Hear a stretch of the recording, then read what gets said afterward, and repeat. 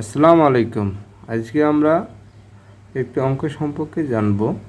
এখানে অঙ্কটাতে বলছে যে একটি কোম্পানির চলতি সম্পত্তির 50,000 টাকা এবং চলতি অনুপাত হচ্ছে 5:2। ওই কোম্পানির নিট কার্যকারী মূলধন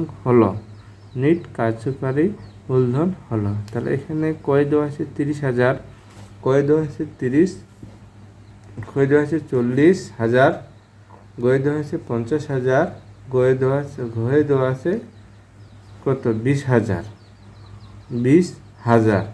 তাহলে আপনারা দেখেন যে ধরির চলতি দাম হচ্ছে X টাকা,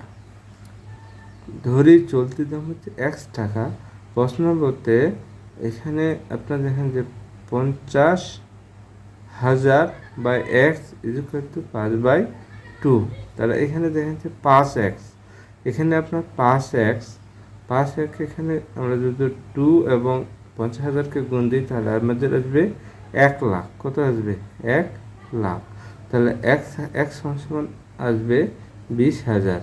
তাহলে x সমান কি আসবে 20,000।